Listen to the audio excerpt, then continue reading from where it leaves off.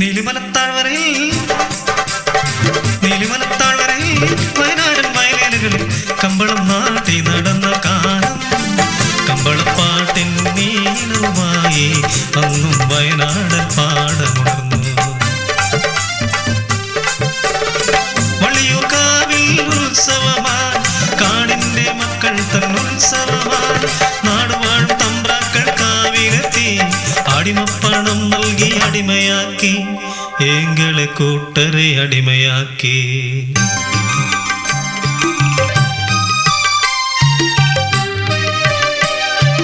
ദിവസങ്ങളങ്ങു കൊഴിഞ്ഞിടവേ ഒരടിയാത്തി പെണ്ണിനൊരുണ്ണി പിറന്നു. താരാട്ട് പാടി ഉറക്കിയവൾ അമ്മിഞ്ഞ നൽകി ഉറക്കിയവൾ.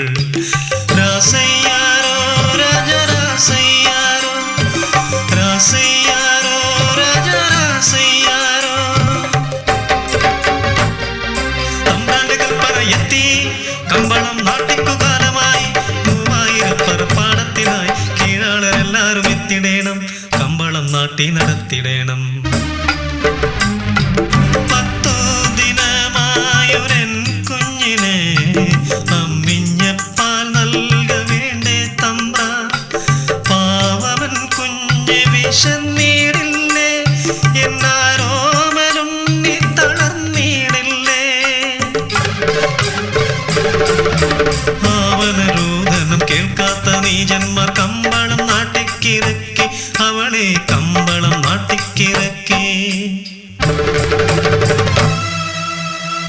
കീഴാളവർഗത്തിൻ ദുർവിധിയോർത്തവൾ കമ്പളം നാട്ടിക്കിറങ്ങി കമ്പളം നാട്ടിക്കിറങ്ങി.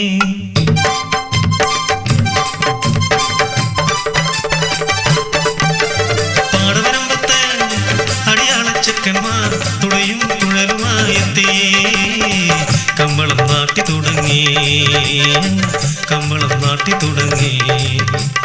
കമ്പളം നാട്ടിക്ക് ആ കമ്പളച്ചോറ് ആ കമ്പളച്ചോർക്ക് ആ കമ്പളക്കറി.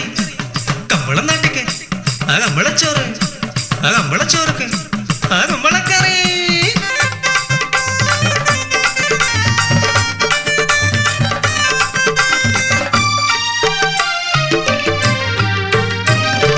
കുഞ്ഞ് വിശന്ന് കരയുന്നു തമ്പ്ര അമ്മിഞ്ഞ ഞാനൊന്ന് നൽകിക്കോട്ടെ.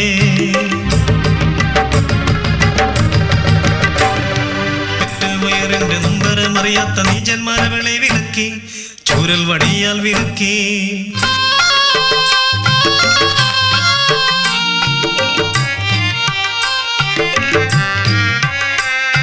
പാടങ്ങൾ ഓരോന്നായി നാട്ടിക്കഴിഞ്ഞവൾ ഓടിയൊരുമതൻ ചാരത്തേക്ക്. അമ്മ തൻ നെഞ്ചം ചുരത്തിയൊരമൃതുണ്ണ ആ കുഞ്ഞു ചുണ്ടുകൾ വിടർന്നതില്ല. നെഞ്ചകം പൊട്ടി മരിച്ചു അസാധു അടിമവർഗത്തിൻ രക്തസാക്ഷിയ അടിമവർഗത്തിൻ രക്തസാക്ഷിയ.